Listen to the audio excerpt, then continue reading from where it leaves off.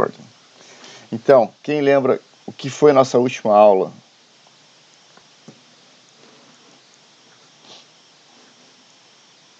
Eu lembro porque eu li, quer dizer, eu lembrava, né, mas eu dei uma olhadinha nela antes de entrar na aula aqui, né, pra gente saber a sequência, né, mas alguém lembra, assim, qual foi o assunto da última aula?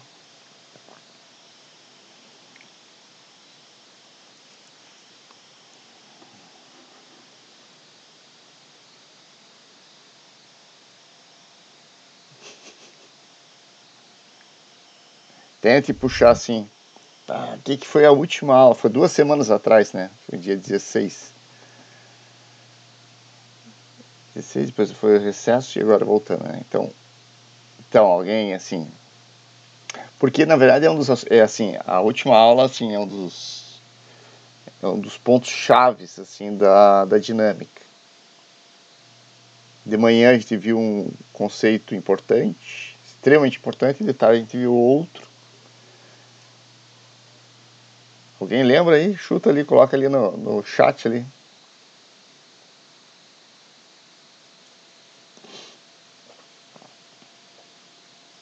Vocês estão me escutando, né? Ou estão me ignorando? Equação da continuidade de manhã, né? Então de manhã nós vimos o princípio da conservação de massa e como isso como que é esse conceito, né, de que a massa não surge do nada e massa não desaparece por além, como que esse conceito ele é expresso numericamente, né? Então a gente, a partir numericamente nós podemos expressar que um fluido se conserva usando uma equação que a gente chama de equação da continuidade, né? E que no caso dos oceanos nós podemos considerar que que a água é incompressível, o fluido é incompressível, e daí fica uma equação relativamente simples, né? Que é uma equação cinética, que não tem massa, né? Tipo, a massa fica no lado que fica descartado. E aí nós temos uma equação que a gente usa tipo, é uma ferramenta que nós temos a mais para trabalhar, né? Que também é utilizada nos modelos numéricos.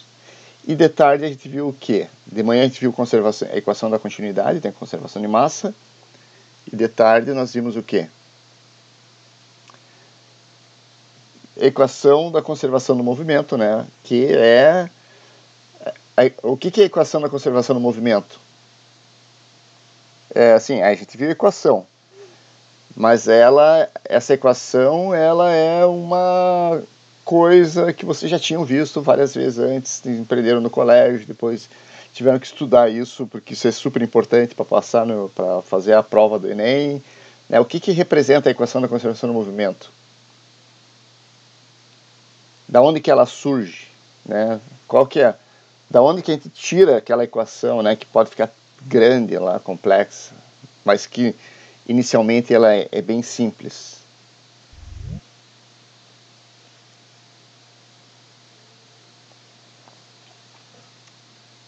Da segunda lei de Newton, né? Então a segunda lei de Newton, que por, sei lá, alguém achou que era melhor decorar como força igual a massa e aceleração, a gente meio que simplesmente usou essa equação, só que do modo expandido, digamos assim, né? Que a gente diz que o movimento, que são os termos de aceleração, que tem aceleração local e aceleração de campo, é o resultado do somatório de forças atuando sobre o fluido, né?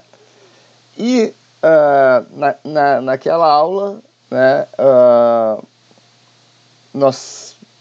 foi mostrado, né, para vocês que tem várias forças, não é uma única força que existe, mas que nós prestamos atenção em especialmente 4 forças, né? Então, quais seriam...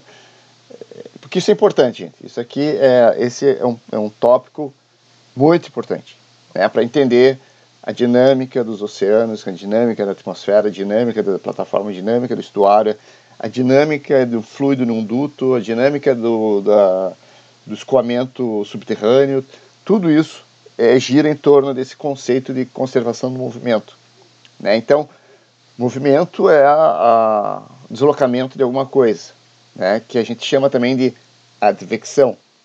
Mas esse movimento ele é produzido por forças. Então, e nós temos 4 forças que estão sempre se relacionando, né, nessa equação. Então a Joana já colocou ali. É o gradiente de pressão, né, que é todo o movimento, né, praticamente entra essa força que não é pressão. Pressão é uma coisa, tá? Então pressão é a força aplicada sobre uma área. E a unidade de pressão é Pascal, tá? Não é pressão, a força não é pressão. A força que nós estamos falando chama-se força gradiente de pressão, tá? Então isso é importante, porque é a diferença de pressão aplicada sobre 2 pontos referenciais, tá? Que vai gerar o movimento. E especialmente na horizontal, tá? Então, o vento, por exemplo, nós temos vento. O que o vento é? O vento é o resultado do gradiente de pressão atmosférica, tá? Então, quando você tem uma região de... eu não sei se vocês já tiveram uma disciplina de meteorologia ou alguma coisa assim, mas quando você usa ou olha uma carta sinótica, né, que é a distribuição do vento na superfície do planeta, onde nós temos uma zona de alta pressão e uma zona de baixa pressão, significa que o vento vai da alta pressão para baixa pressão.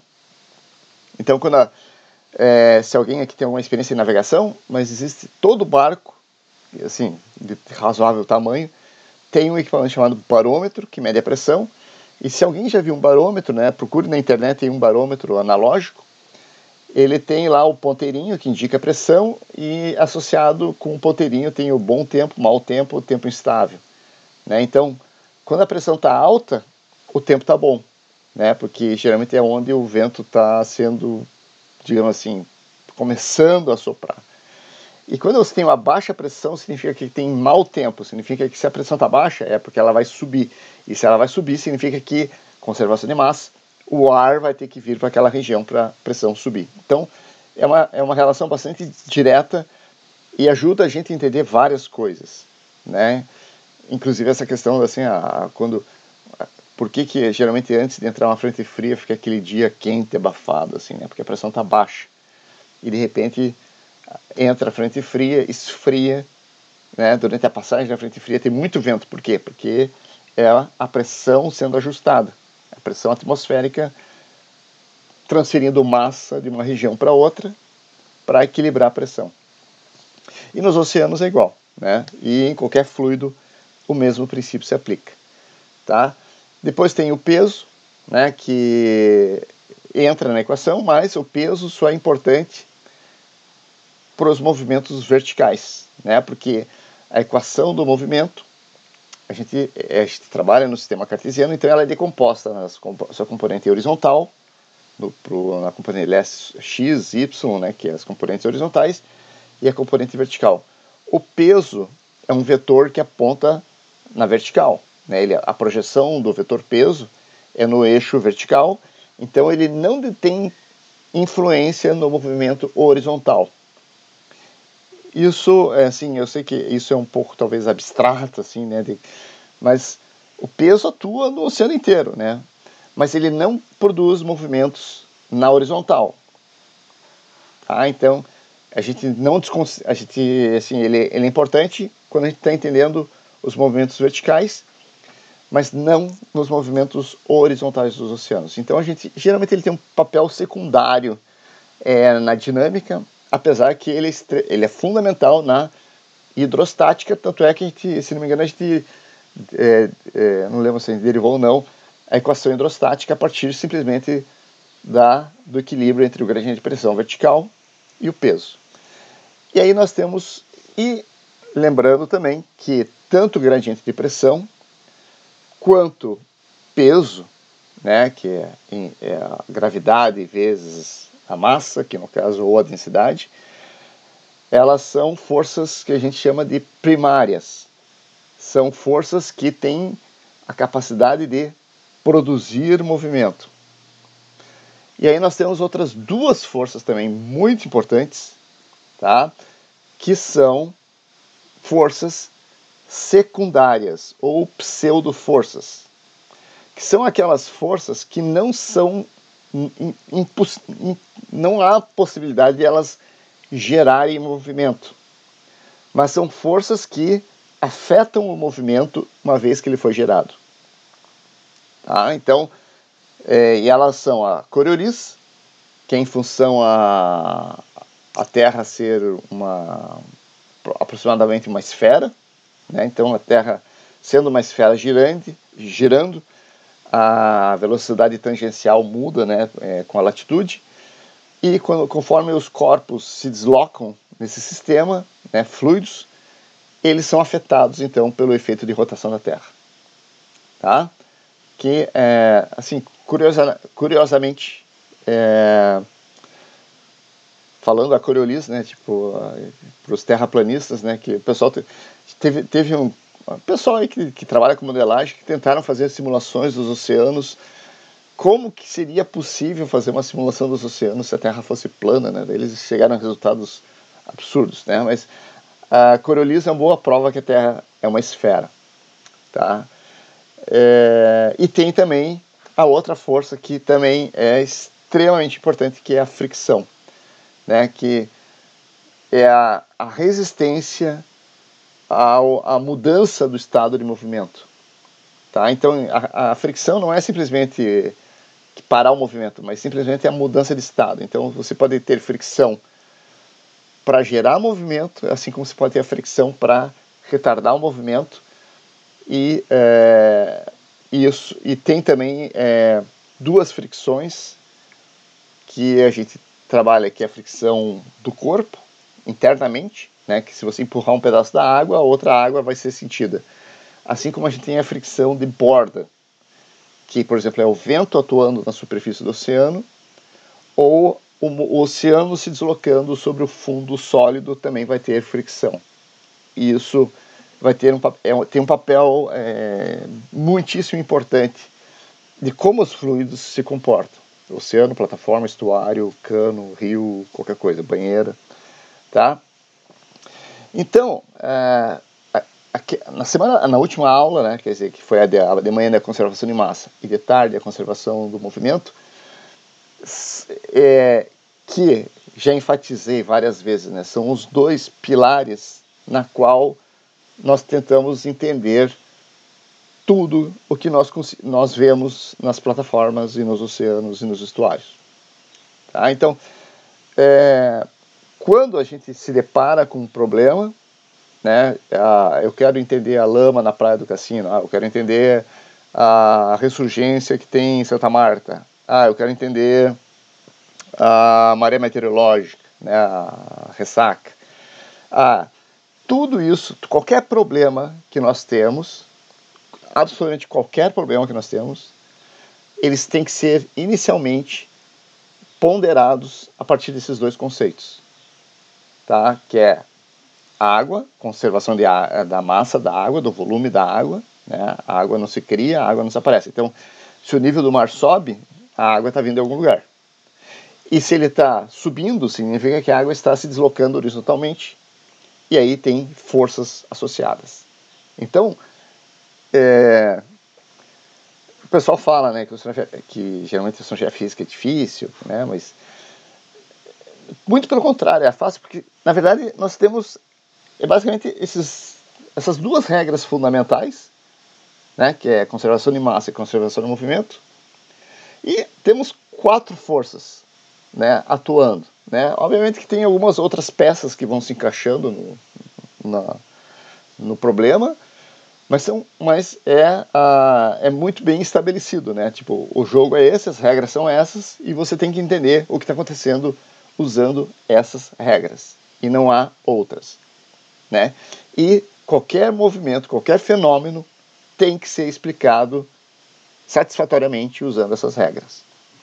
Tá? Então, por exemplo, é muito mais fácil do que trabalhar com biologia, né? Por exemplo, plâncton, porque o plâncton se desloca, né? E ora você pode ter uma espécie, ora você pode ter outra, e a coisa é muito mais complexa entender a dinâmica populacional de um organismo do que o movimento das águas. Tá? Então, né, então o pessoal fala que física é difícil. Não, física é muito mais, assim, matematicamente talvez ela seja mais elaborada, mas as regras são bem mais simples, tá? Do que você tentar entender, por exemplo, relações tróficas ecológicas, né, de organismos e coisas assim. Né, que a parte biológica, quando a gente põe essa componente dinâmica, né, a dinâmica da biologia é extremamente complexa. Quando a gente entra em biologia molecular, genética, evolução, coisas extremamente muito mais complexas do que a física. Pois então hoje nós vamos começar a falar dentro do escopo da disciplina, né, já que a gente agora viu assim, conservação de massa, conservação do movimento, né, aí a gente vai começar a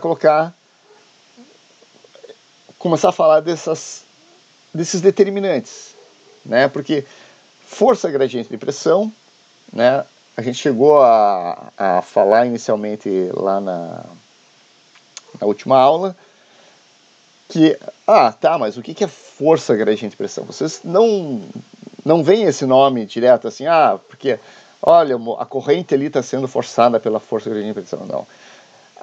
O gradiente de pressão, ele pode ser produzido de diferentes maneiras. Né? Então, a gente vai agora começar na disciplina falar dessas componentes que geram gradientes de pressão. Tá? Bom, e quando eu falo assim, forças que geram gradientes de pressão, né, que pode ser de duas maneiras. Ou que eles produzem um desnível da superfície do oceano, e essa desnível da superfície cria um gradiente de pressão e vai produzir movimento, ou vai produzir um gradiente longitudinal, né, horizontal, na verdade, da densidade, que também vai produzir um gradiente de pressão. Tá? Então vamos começar, não necessariamente mais simples, mas eu acho que ele é mais simples, que são o gradiente de pressão barotrópico, né, que são aqueles produzidos por variações da superfície do mar. E o principal, dá para falar assim, que o principal gerador de gradiente de pressão barotrópico dos oceanos é quem? Definitivamente é o principal. Tipo, os outros estão longe comparado com ele. Quem seria o principal mecanismo gerador de gradiente de pressão barotrópico nos oceanos? Olha, é até bonito falar assim, né? Falando pomposamente assim, né? Principal mecanismo gerador de gradiente de pressão barotrópico nos oceanos. A Joana colocou vento ali? Não sei se essa é a tua resposta agora, sim. Não, mas não é o vento. Na verdade, assim, ele assim, é o mais efetivo na produção de... Ele afeta o movimento de todo o oceano. Tá? Ele só não é importante, assim, tipo, para a dinâmica dos oceanos, mas ele é muito mais efetivo na movimentação dos oceanos do que o próprio vento, porque esse afeta 100% dos oceanos. O vento afeta... o quanto que o vento afeta nos oceanos? Mas assim, antes falando, a gente falou, a Joana colocou ali, o vento. Não, o vento é muito importante, mas assim, se a gente pegasse o oceano inteiro, né? Tipo, pegar o oceano inteiro. Qual que é a profundidade dos oceanos? 4.000 metros. Qual que é a profundidade afetada pelo vento?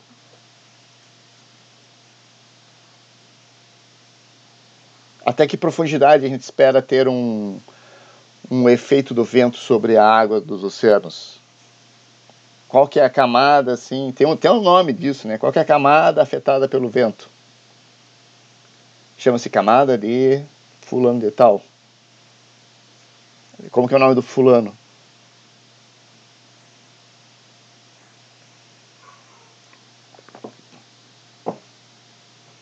Lembram? A teoria de Ekman, né? Então, camada de Ekman. Não tem nada a ver com a camada eufótica, Carolina. É camada de Ekman. Tá? A camada eufótica é a camada até onde entra luz. Não, eufótica, afótica. Não, é eufótica até onde vai luz. Mas é a camada de Ekman. O vento soprando na superfície afeta o oceano até uma determinada camada, que é chamada de camada de Ekman. Que é, tipo, obviamente depende do vento, né? Se o vento mais forte, vai mais fundo. Se é menos forte, não vai tão fundo. Mas 100 a 200 metros. O oceano tem 4 quilômetros de profundidade. Então, o vento afeta 2 a 5% da coluna total de água dos oceanos. Tá? Então, o vento é extremamente importante para a circulação superficial. Mas ele não afeta todo o oceano. Tá? Ele afeta a camada superficial, no oceano inteiro, no planeta inteiro. Mas se a gente considera o oceano completo, né, tem alguém que afeta 100% dos oceanos, que afeta todas as moléculas de água dos oceanos. Não é também... Tá, existe a circulação termalina dos oceanos, mas não é dessa que eu estou falando. É uma força, é um efeito que afeta todas as moléculas, todos os átomos do planeta, por sinal. Quem seria esse? Quem seria esse agente? Alguém falou aí, assim, tem a ver com alguém... A Ana Carolina deu um chute pro lado certo ali. Não sei se ela se referiu, não sei se é a luz do sol ou alguma coisa do sol, mas tem a ver com o que a Ana Carolina falou ali. Falou não, escreveu.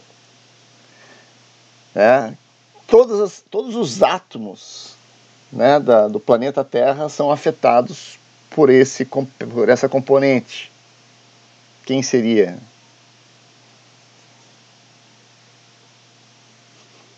Eu não falei no nome dela para ver se vocês conseguem conectar os neurônios ali, conectar o A com o B. Vamos lá, gente. Qual a componente geradora de... Aliás, eu também já tinha falado que é barotrópico, né? E densidade é baroclínico, né? Cristal. Quando a gente fala... Eu falei qual... Eu até esqueci, era tão comprido a sentença que era agente causador do gradiente de pressão barotrópico nos oceanos. Isso. Então a densidade é baroclínico. Então ela não faz parte desse né? Então, gente, quem é, gente? Não é tão difícil assim. Se eu der uma dica, qualquer dica, eu já tenho até uma dica, né? Tem a ver com o Sol. Mas não exclusivamente.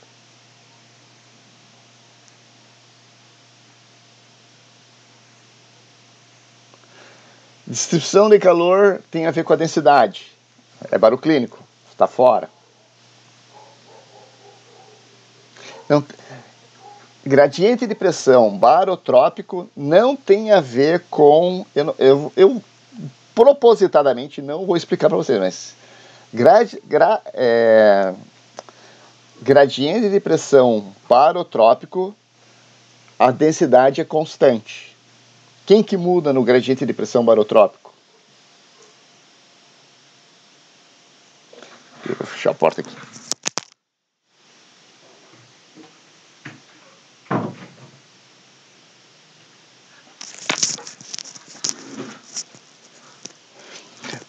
O gradiente de pressão baroclínico, ó, Foi a mudança de ano, né? Vamos aqui. Mas temperatura e salinidade determinam quem? Assim, a densidade. Para eu saber a densidade, eu preciso investigar a temperatura e a salinidade e a pressão. E variações no campo horizontal da densidade me produzem uma força chamada gradiente de pressão baroclínico. Mas nós estamos falando aqui do barotrópico. E no barotrópico, a densidade é constante, horizontal. Então, qualquer coisa que afete a densidade não interessa no gradiente de pressão barotrópico. Interessa para o baroclínico. E eu estou querendo que vocês me digam quem é o principal agente causador de gradientes de pressão barotrópicos nos oceanos que afetam 100% dos oceanos. 100% do planeta Terra é afetado por esse agente. Mas obviamente que nos oceanos ele tem um papel mais visível. Ele afeta, não é o vento, já falei. O vento afeta a camada de Ekman 100, 200, que a gente considere 200 metros. Então isso dá 5% dos oceanos. Então, não, eu estou dizendo de alguém que afeta 100% dos oceanos. Quem que vocês já viram que afeta todo o planeta? Da molécula de água que está lá no fundo do oceano, a da superfície. Ok. Não é... Tem a ver com a gravidade, mas não é a gravidade. A gravidade tem a ver com o peso. Mas não é esse agente que nós estamos falando. Tem a ver com o Sol. Tem a ver com gravidade. Mas não é o peso. De quem que eu estou falando, gente?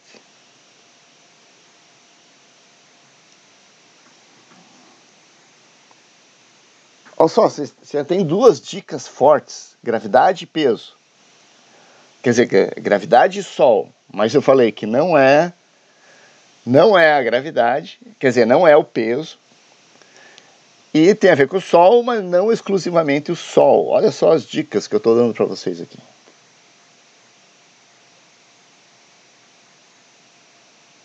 E tem 4 letras. Ou 5, né, se for no plural.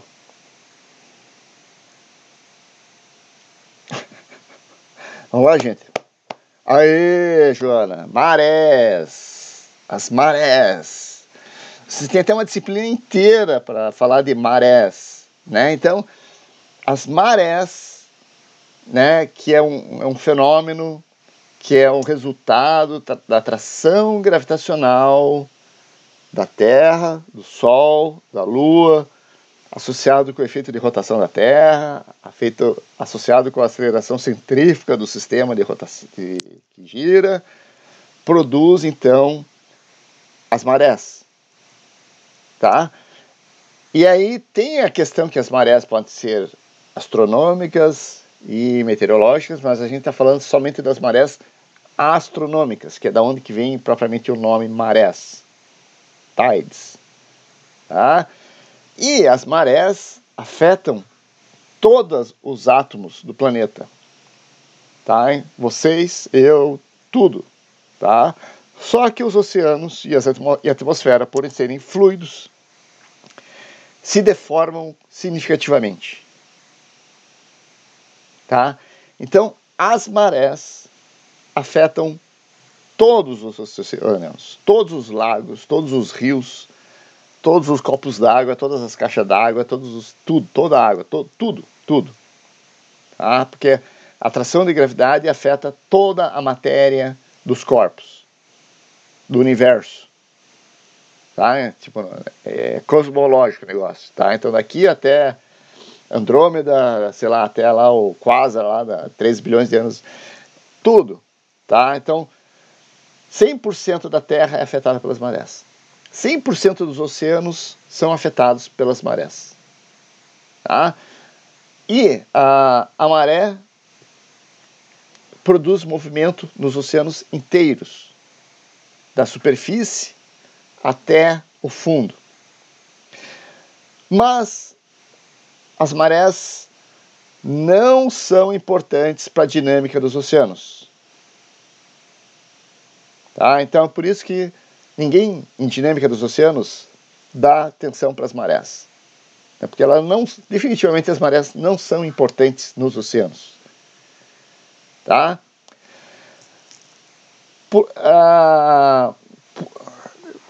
Eu vou colocar aqui porque eu vou deixar escrito isso, né? Porque é para vocês verem depois. Passar vocês para cá. Vocês ficam aqui. Eu compartilho a minha tela. Cadê compartilhar? Share. Cadê? Open board.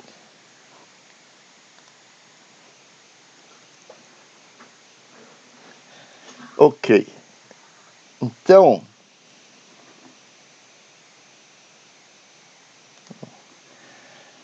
o que é? Então, como que a gente vai colocar aqui? Então,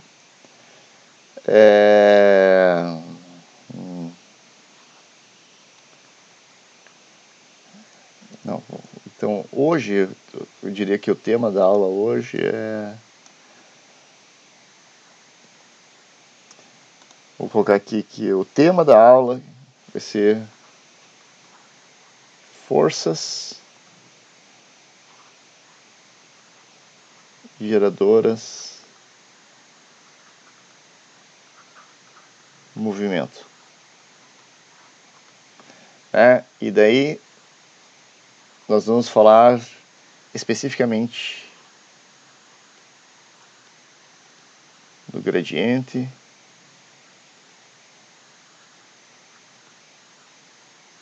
pressão, que a gente costuma abreviar assim. Tá errado. Isso aqui essa fórmula aqui não é correta, né? Mas esse aqui, lembra, esse delta de ponta cabeça é o nabla, que quando ele é o produto escalar com alguma coisa, isso aqui se chama-se gradiente, né? Então, assim, o nabla P a gente abrevia como sendo gradiente de pressão, que geralmente, quer dizer, a forma mais correta é escrever ele, por exemplo, dP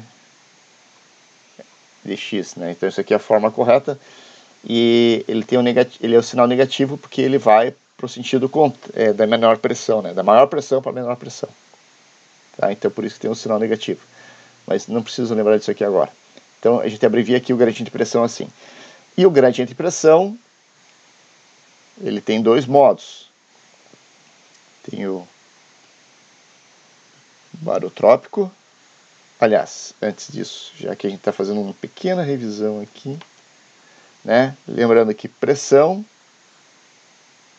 é igual a ρ, G, eu chamo de Z, né? Mas vocês podem chamar do que vocês quiserem, H, uma coisa assim. Aliás, já que vai começo de ano, né? Então, né, que lá na equação do movimento, né, tem lá que, vou colocar aqui, por exemplo, du, aliás, dw, dz, isso aqui é derivado total, né, da componente w, não,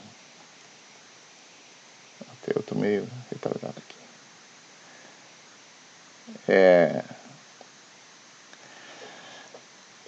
o 1 menos, né, 1 sobre ρ dp dz menos g mais ou menos aqui a Coriolis na vertical, que esse termo aqui praticamente não existe, e mais a Z de... Tem vários termos aqui, dz ao quadrado, que isso aqui é fricção, né? Então, aceleração, gradiente de pressão, peso, Coriolis, fricção. Né? Então, só para uma breve recapitulação, né? Então, assim, esse aqui é a equação, é a segunda lei de Newton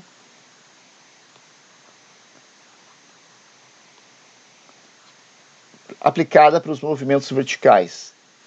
E se a gente considerar uma condição em repouso, né? Não tem velocidade nenhuma, então os termos da derivada total desaparecem, fricção já não existe mesmo, quer dizer, Coriolis, na verdade existe, mas ela é mínima, mas se estiver parada não tem movimento, então ela é zero, e qualquer coisa que tenha velocidade vai ser zero, então fricção também passa a ser zero.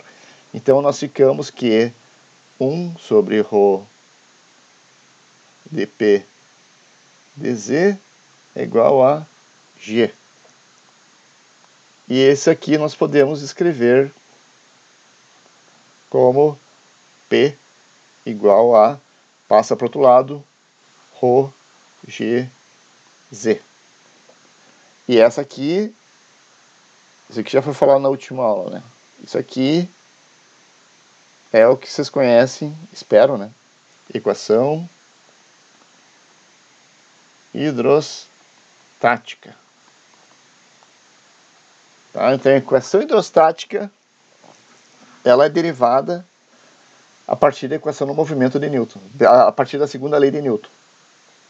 Então ela não surge do nada, ela é derivada a partir da equação do movimento.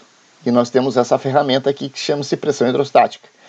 Então, qual é a pressão quando você está a 10 metros de profundidade? Então você vai pegar Z igual a 10, qual que é a densidade, vezes G, e vai ter a pressão. Tá? Então, essa aqui é uma ferramenta muito importante, né, da hidrostática, que é essa equação aqui, que é derivada, então, da segunda lei de Newton. Tá? Mas não é o que nós estamos falando agora. Nós estamos falando de...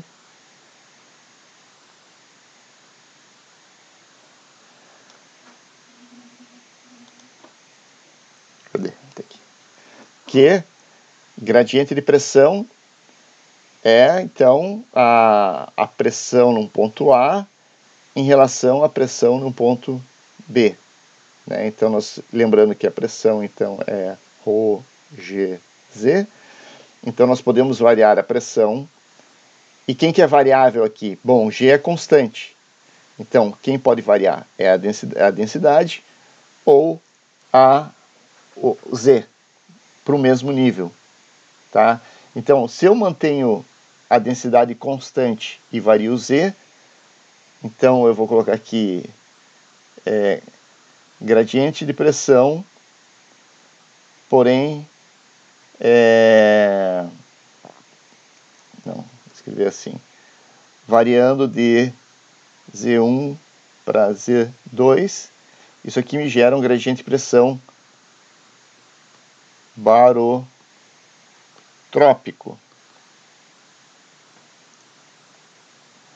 E se eu tenho um gradiente de pressão e que eu tenho variações da densidade, isso aqui gera-se um gradiente de pressão baroclínico. Tá? Então, tem esses dois tipos, eles ocorrem juntos, mas nós temos o barotrópico e o baroclínico.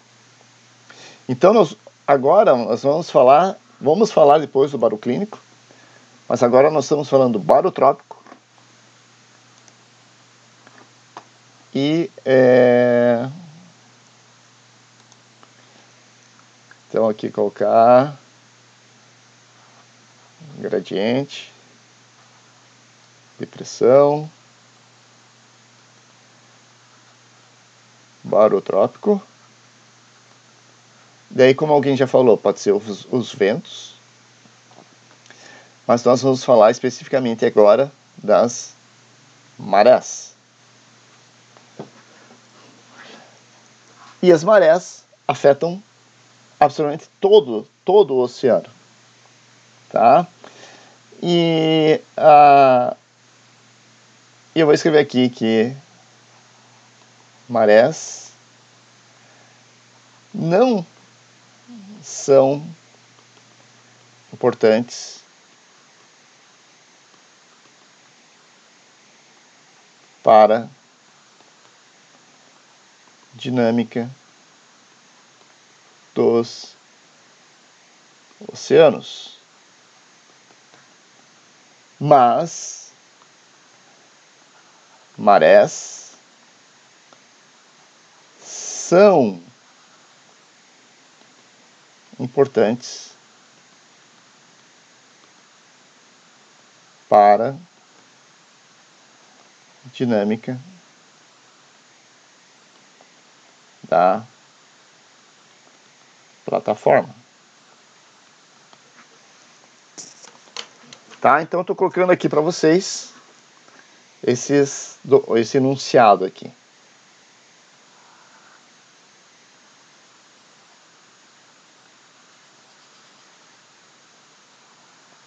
Tá? Então isso aqui é um fato, né? Talvez você não seja, obviamente que não é um fato assim, mas vocês como oceanógrafos, né, tem que entender que isso aqui é um fato. Marés não tem um papel importante, tá? Nem secundário na dinâmica dos oceanos. Porém, as marés têm um papel muito importante para a dinâmica das plataformas continentais. Daí eu vou questionar vocês, né? O que eu quero dizer com isso? O que tem de importante nesse fato aqui, né? O que torna esse fato um fato, né? Por que isso acontece? Né? Por que as marés não são importantes nos oceanos, que tem 4 km de profundidade, mas as marés são importantes nas plataformas? Né? Por que elas não são importantes nos oceanos e por que elas são importantes nas plataformas?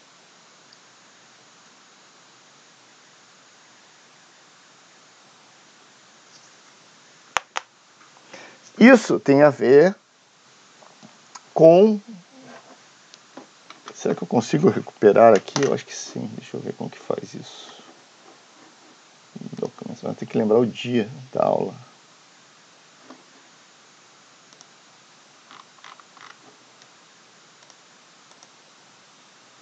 Dá pra ver aqui.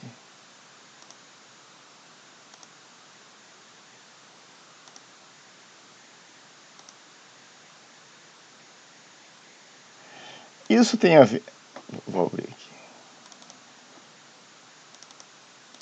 Como que abre?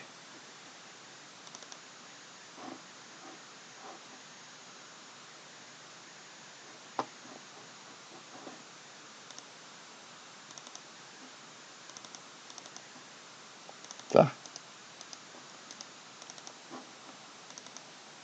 Abriu.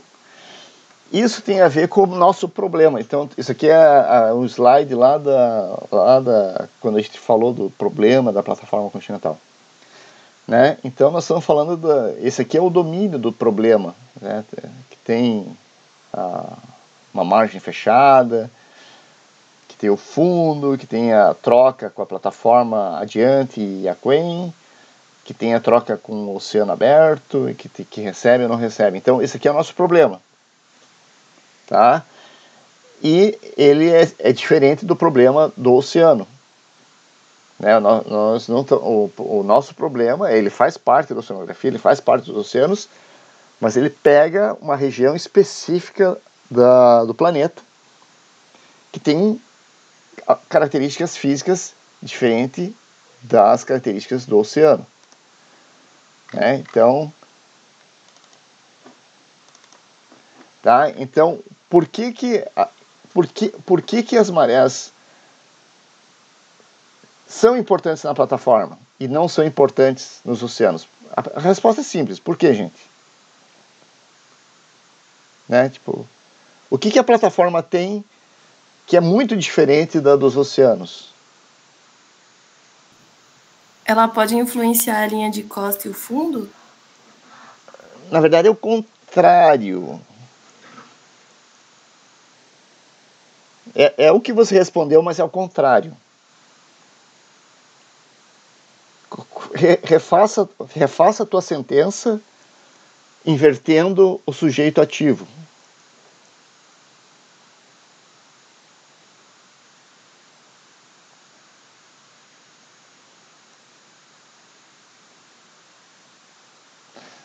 Vamos entender, assim, foi a Cristal que falou, né?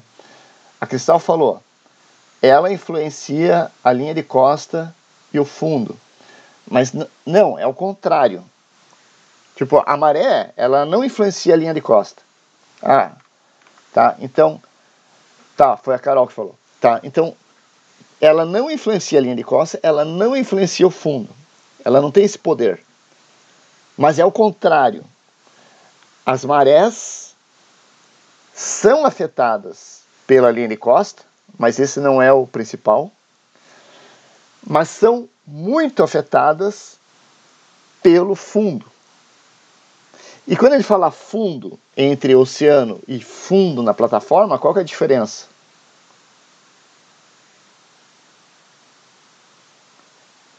Quando ele fala assim, a plataforma é funda, o oceano é fundo, mas isso é relativo. Quem que é realmente fundo e quem que é raso em relação ao outro? Né? Então a plataforma tem de 0 a 200 metros de profundidade, enquanto que os oceanos têm 4 quilômetros de profundidade. Tá?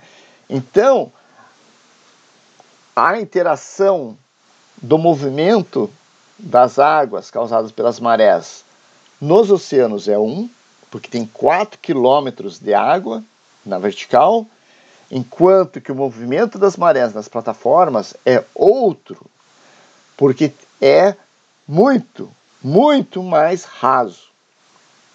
E sendo mais raso, as trocas de momento entre o fluido, que é a água se movimentando, e o fundo, vão ser muito mais importantes. Tá, gente? Então, esse é um principal aspecto. Por que a maré é importante na plataforma? Porque a plataforma é rasa. Tá? Quanto mais rasa, mais importante vai ser o papel das marés. Quanto mais fundo, menos importante. Então, isso é um aspecto que vocês têm que entender. Que em dinâmica dos oceanos, talvez o professor de dinâmica dos oceanos não falou a palavra maré durante a disciplina inteira. Porque realmente as marés não são importantes na dinâmica dos oceanos profundos. Mas elas são muito importantes na dinâmica dos oceanos rasos, que é as plataformas continentais, os mares rasos. Tá? E mais importante ainda quando chegam nos estuários. E elas não são importantes na dinâmica dos oceanos por 2 motivos. Tá? Porque os oceanos são muito fundos, tá? E o efeito da fricção com o fundo vai ser muito menos importante. Mas um outro motivo por que as marés não são importantes nos oceanos profundos deixa eu apagar aqui. Vou colocar aqui para que vocês fiquem com isso registrado. As marés não produzem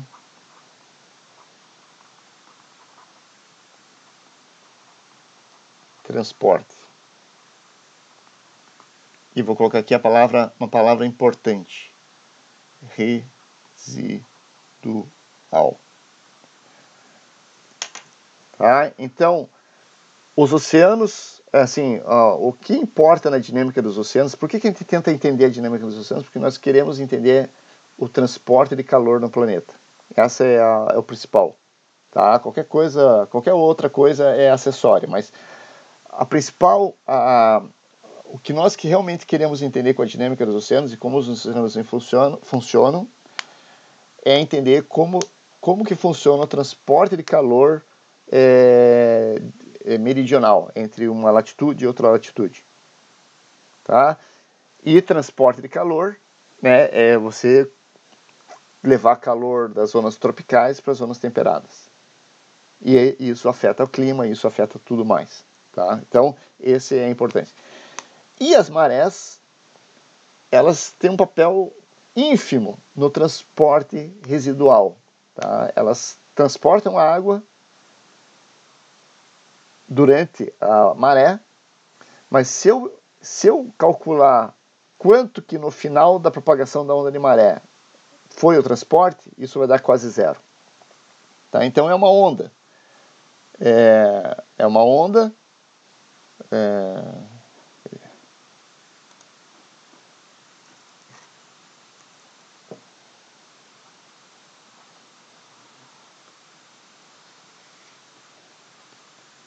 Aqui vamos colocar nível ou velocidade, né? Então é uma onda. E é uma onda que tem um período.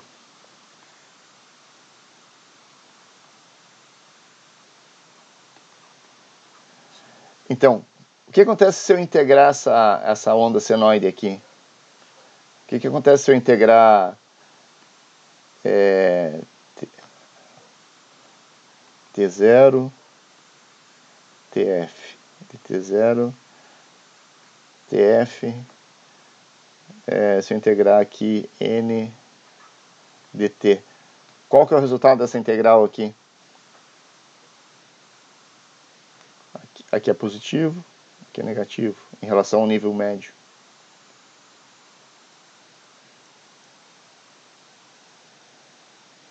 Quanto que dá a integral isso aqui? A integral daqui dá isso aqui, que vai dar um valor positivo. A integral daqui vai dar isso aqui, que é um valor negativo. Quanto que dá a integral disso aqui tudo? Vocês entendem o que é integral, né? Integral é você obter a área debaixo de uma função, mas o que acontece se eu somar isso aqui? Vai dar quanto? Isso aqui digamos que isso aqui é um seno perfeito, né? Não é torto assim, tá? Zero. Tá? Então, integrando integrando o seno pelo período da onda seno é zero. Tá? Então, a água vai ser transportada para cá na metade do período da onda. Depois a água vai ser transportada para cá no outro período da onda. E aí, se eu integrar isso aqui, o resultado da integração, né, que pode ser tanto de nível quanto de velocidade, vai estar zero.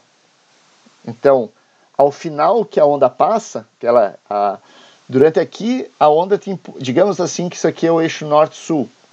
Então, durante esse período, a água é empurrada para o norte, né?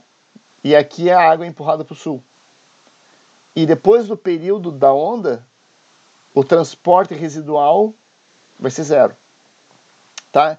Então, isso aqui mostra que, embora existam marés nos oceanos e que elas afetam todos os átomos da água dos oceanos, o papel das marés para a dinâmica do transporte de propriedades nos oceanos é nulo, não é importante, tá? Porque não transporta, leva para um lado, depois traz de volta para o mesmo lugar de onde levou.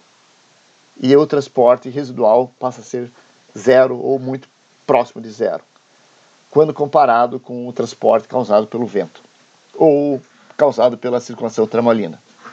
Tá? Então, as marés não são importantes nos oceanos, mas elas são geradas nos oceanos. Isso que é interessante.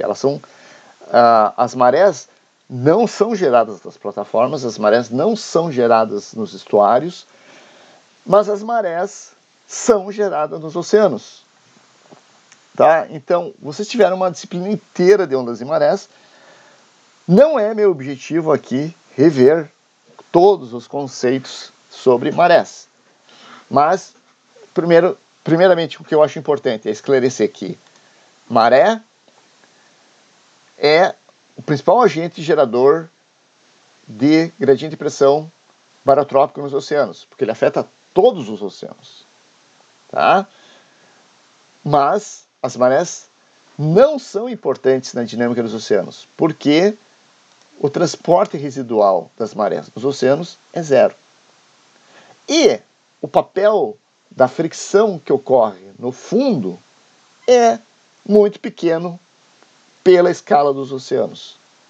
Né? A camada limite de fundo é algumas dezenas de metros. Tá? Poucos metros, algumas dezenas de metros. Então, não tem um papel importante na dinâmica dos oceanos. Mas, quando nós vamos para a plataforma, a figura muda completamente, porque agora nós temos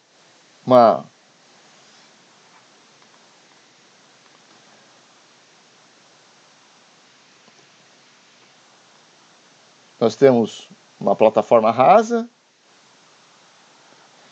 e o oceano profundo. Tá? Então, você vai ter as marés aqui, só que aqui nós temos uma profundidade enorme. Vou colocar aqui 5 quilômetros.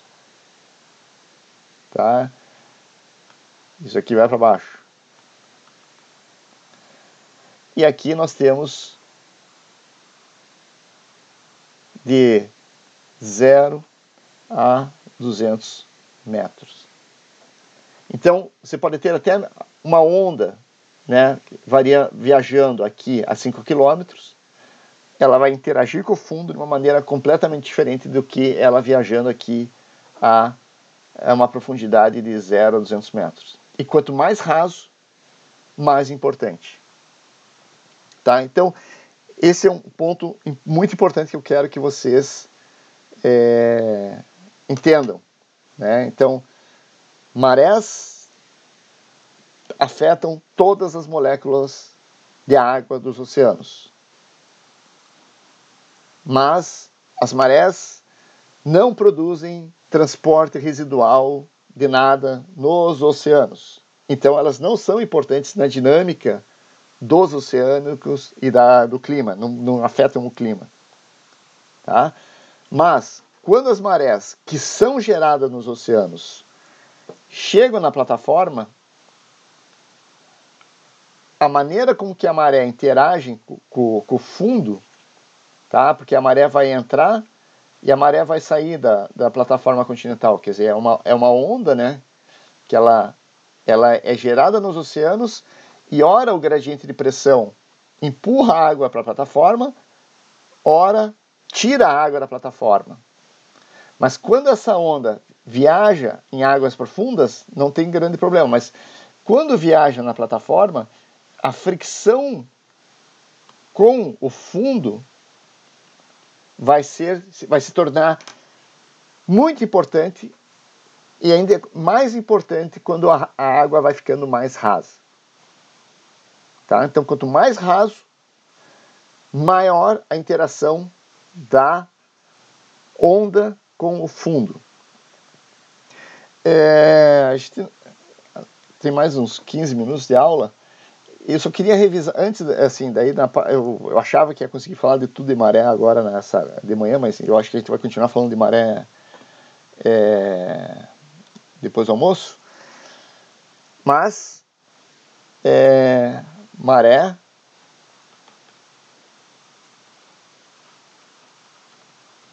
é uma onda, tá? Só que quando a gente fala de ondas, né, tem várias ondas, né? Daí tem aquele espectro de ondas, né, que tem ondas de capilares, né, tem ondas capilares, tem ondas que a gente chama de ondas de gravidade, que são as ondas do vento.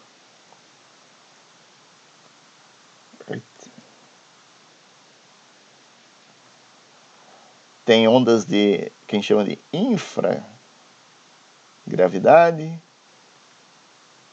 Já ouviram falar de ondas de infragravidade? Não é assunto nosso, mas existem. Tem os seixos. Difícil aqui hoje. Seixos. Tem os tsunamis. E aí tem as marés. E aí tem as marés meteorológicas.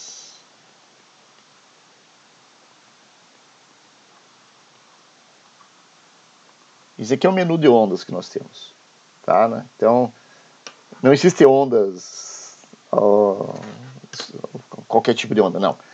Existem as ondas capilares, existem as ondas de gravidade, de vento, que também podem ser divididas aqui em... Eu não sei a tradução que o pessoal fala em português, mas é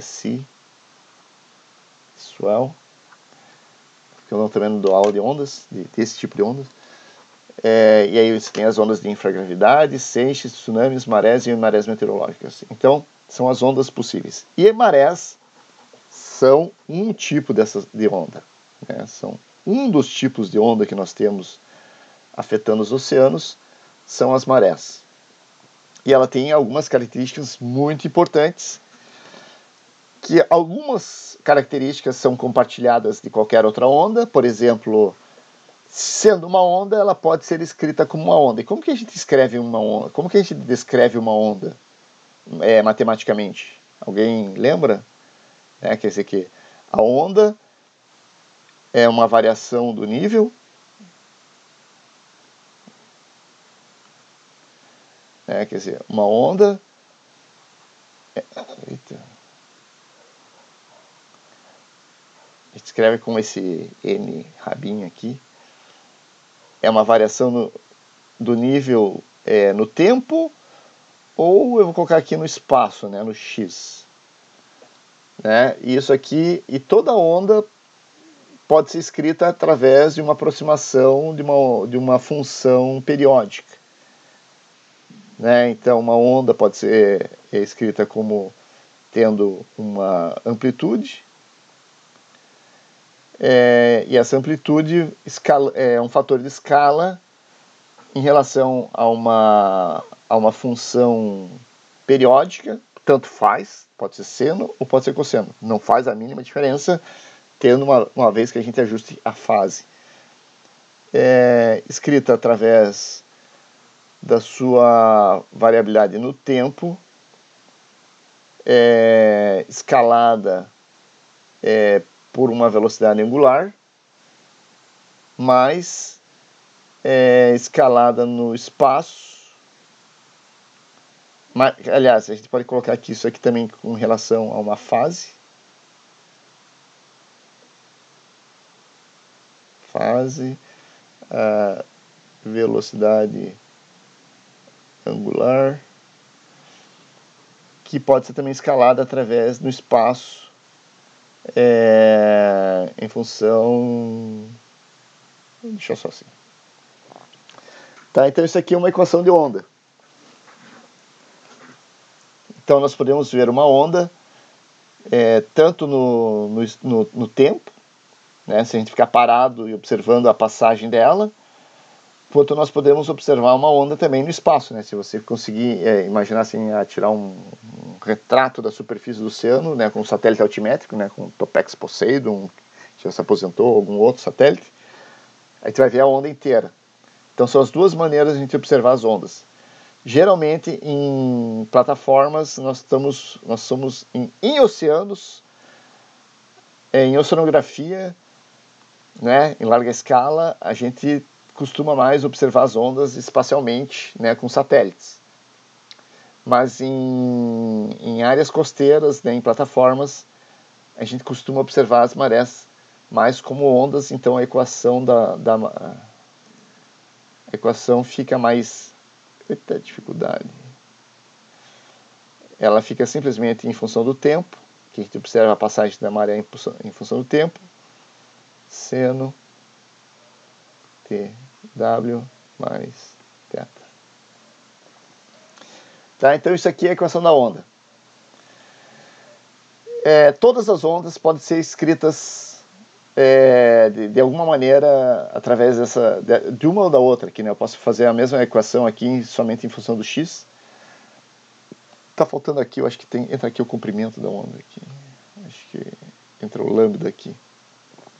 Então, qualquer onda pode ser escrita através de uma função periódica, onde a amplitude da onda é um fator de escala, né, vertical, né, que você pode dizer que a onda é maior ou menor, em relação à sua velocidade angular, que vai dizer a velocidade com que uma onda viaja, e se for necessário, nós podemos usar também um fator de fase, né, porque as ondas elas interagem e você pode ter várias ondas.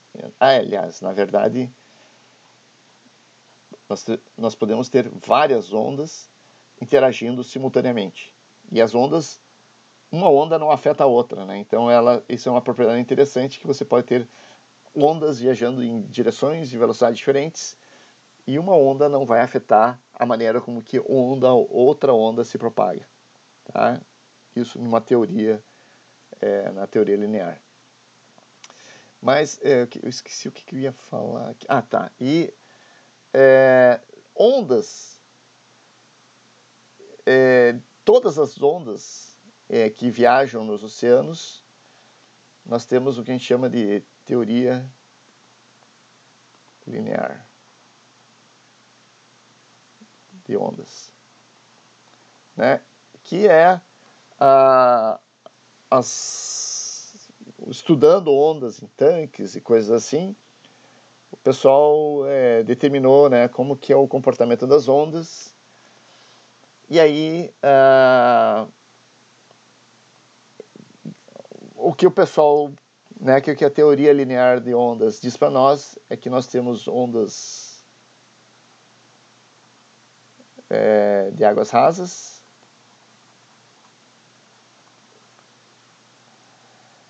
ou nós temos ondas de águas profundas. Que eu não vou entrar no mérito aqui, porque eu não lembro das equações, não são importantes, quer dizer, são importantes, mas não para nós aqui. E aqui que vem uma coisa que confunde um pouco a cabeça das pessoas, que a gente começa a falar, né, sobre marés, não sei o quê.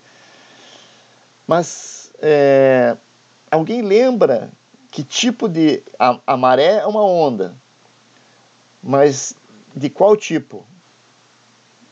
A maré é uma onda de água rasa ou a maré é uma onda de água profunda?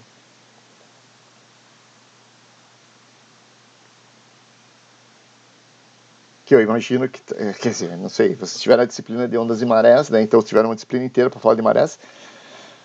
Então, tentem se lembrar, né, do que a professora de marés falou, né? A onda de maré é uma onda. A maré astronômica é uma onda.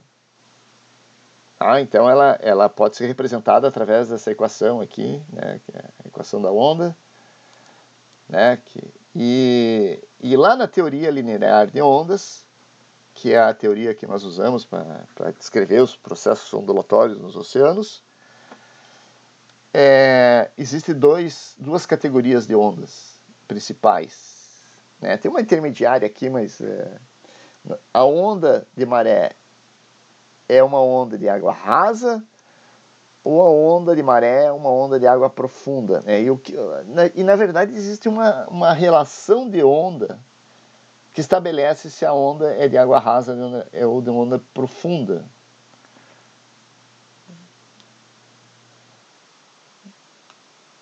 Tá? Que envolve o comprimento da onda. Comprimento de onda a gente chama de lambda. E que tem a ver também com a profundidade. Profundidade. Né? Vamos chamar aqui de Z. Tá? Ou H, melhor chamar de H. Tá? Então, o que define onda de água profunda e onda de água rasa? Lá da teoria linear de ondas, é alguma coisa associada com o comprimento da onda e a profundidade com que essa onda está.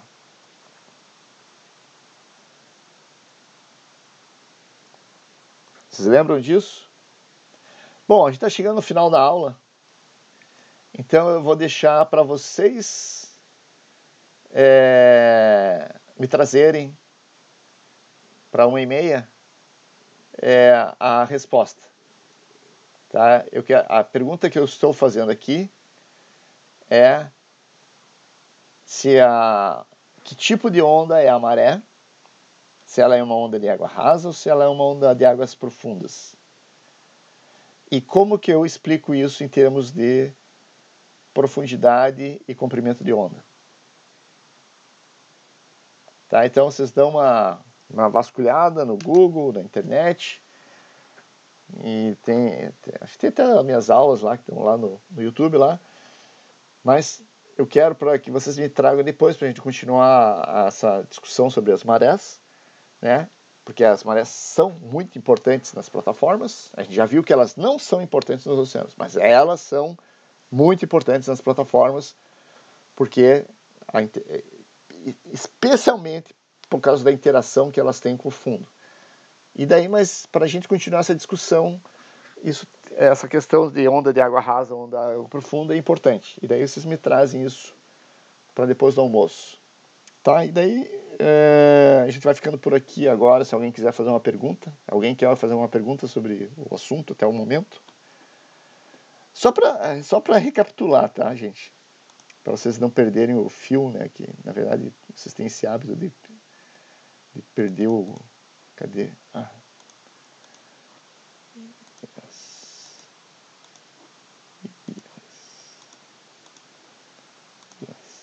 Tá? Lembrando, nós estamos falando sobre forças geradoras de movimento, nós estamos falando de gradiente e depressão, e nós estamos falando sobre gradiente e depressão barotrópico. E as marés são os principais agentes geradores de gradiente de pressão barotrópico nos oceanos como um todo. Porém, as marés não são importantes nos oceanos porque elas não produzem transporte residual de qualquer coisa. Calor, água, sal, qualquer coisa. Porém, as marés são muito importantes na dinâmica das plataformas, porque as marés... Cadê? Eu perdi? Ah, não, tá aqui. Tá no lugar errado. Como que eu movo aqui? Porque as marés estão agora em um ambiente muito raso. Embora os oceanos tenham 4, 5 km de profundidade, as marés são geradas nos oceanos e viajam nas plataformas, e nas plataformas, por serem rasas, elas vão interagir com o fundo. Tá? E falando em marés, né, isso aqui fala do transporte. Ah, não, estava no lugar certo. E agora, a gente falando um pouquinho de ondas e das marés. E aqui ficou nossa pergunta se as ondas de marés, que tipo de onda elas são no que diz respeito, se elas são de águas profundas ou se águas rasas, porque isso vai ter implicações importantes adiante. Tá? Então, esse é o fio da meada da aula agora da manhã. Tá? Alguma pergunta em relação a isso?